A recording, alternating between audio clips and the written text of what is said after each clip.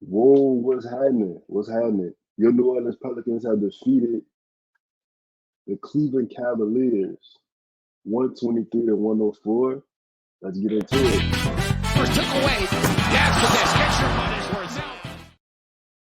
Yeah, man. So listen, it's me, little solo tonight. You know what I'm saying? Everybody else, they had a, we working. We got some things we working on. So check it out, man. The Pels won 123, 104.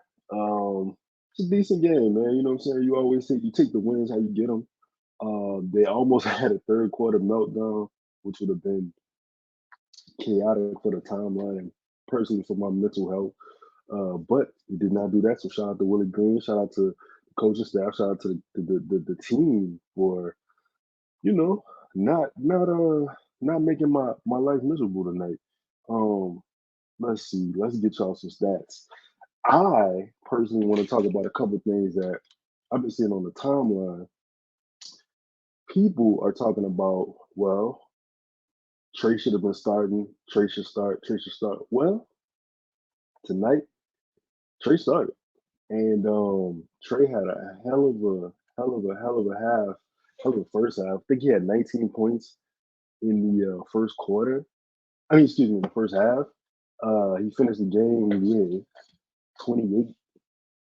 So y'all scream at me in the comments. Let me know going forward. Is Trey a starter? Is Trey a non-starter? You got to think about Zion coming back.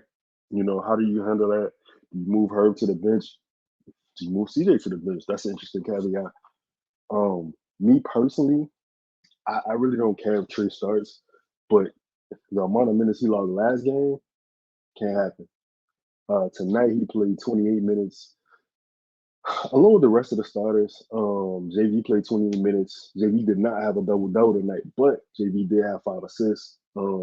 He played against future Pelican Jared Allen, who he had a decent game as well. But we ain't really here to talk about them. The Cavs didn't really have much. And the thing is, you can only play who in front of you. You can only beat the teams in front of you. And that's what they did, man. So, um, as far as the rest of the guys, let's see. Let's go down the list. Brandon has 17. Brandon impacted the game in multiple areas. 17 points, I think 6 rebounds, 7 assists.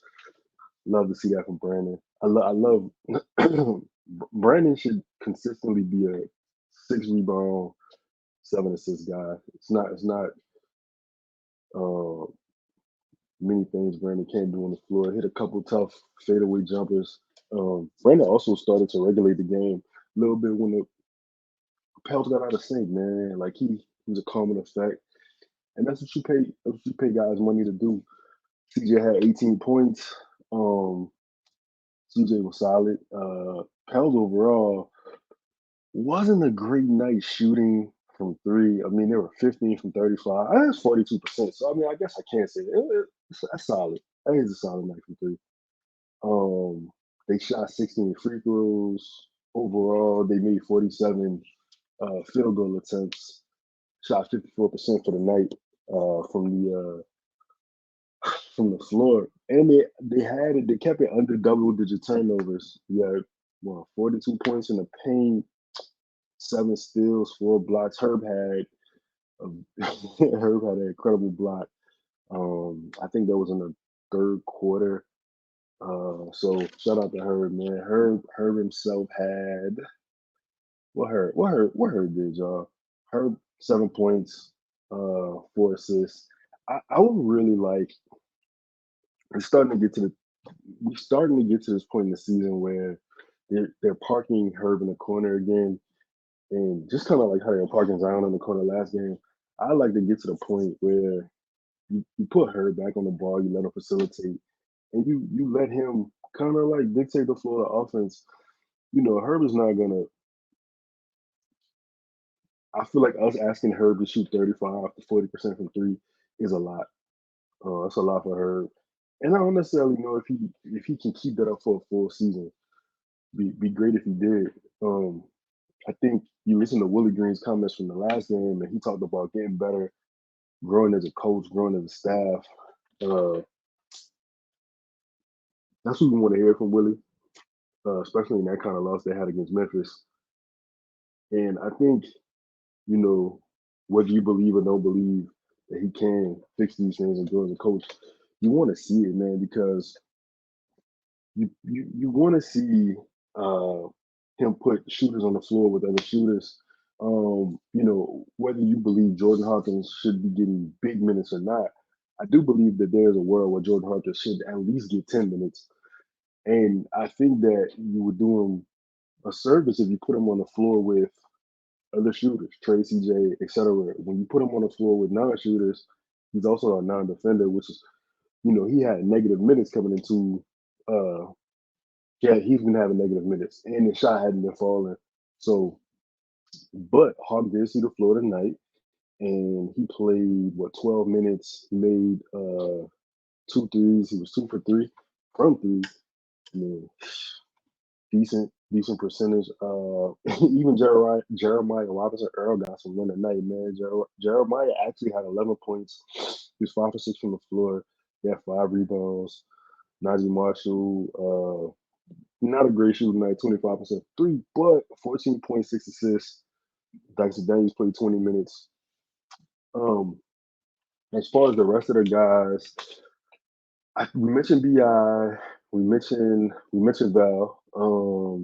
CJ was 2 for 8 from three, but he still scored 18 points, 2 free throws. CJ had 4 steals though, which is kind of pretty big. Nobody on this team really had. I mean, Bi had the most as far as like turnovers with 3. Nobody really got crazy with the turnovers.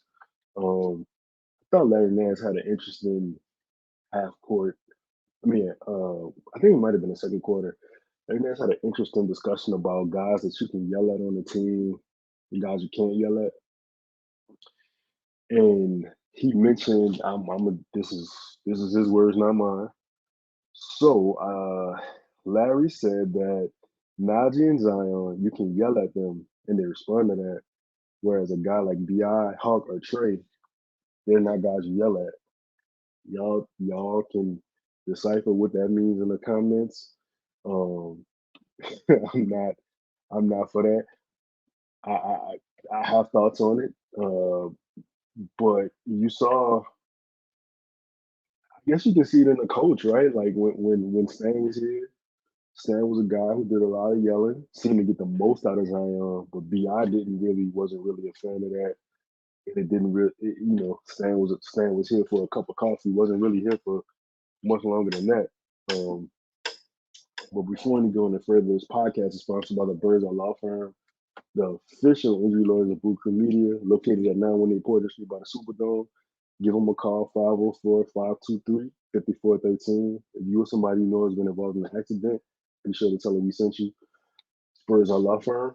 Um, Also, I just want to say that just looking at this team going forward, I predicted before the Memphis game. I said the Pels probably will win 10 in a row. Obviously, losing to Memphis, you can't start a winning, can't continue a winning streak with a loss. But you want to know, right? The streak starts over, and at this point, let's see. The Pels play who we have next. The Pels play the Rockets on the 23rd. Play Memphis again on the 26th. I'd love for them to come out in the Memphis game and just whip their ass. I really would. I really would appreciate that. Um, then you got Utah. And you got the Lakers on the 31st. All winnable games to me. You should have some extra juice for the Lakers also. But anyways, man, if y'all got any, hit me in the comments. Y'all got anything y'all want to talk about next pod? We might do a members only pod pretty soon for everybody who signed up for that. As always, please show love in the comments, like, share, etc., etc. Get at us. And let me see one more thing. The trade thing. Please, in the comments, hit us. Let us know. You want Trey to start? You don't want Trey to start? Like, how should it work going forward? What you thought about Willie Green's substitutions tonight? Um, Trey's a +20. I think he led the no Jeremiah Robinson Earl's a +22. But that's all I got, man. It's just me. I'm on a solo. You know what I'm saying? Christmas time. Y'all be safe out here. Enjoy yourselves. Saints about to fuck my nerves up. You know what I'm saying? So I'm about to go and watch that. I got a little parlay going. Other than that, that's all I got. Peace. We out of here. And one more thing before we go. DraftKings Sportsbook is giving new customers an exclusive offer just for NBA fans.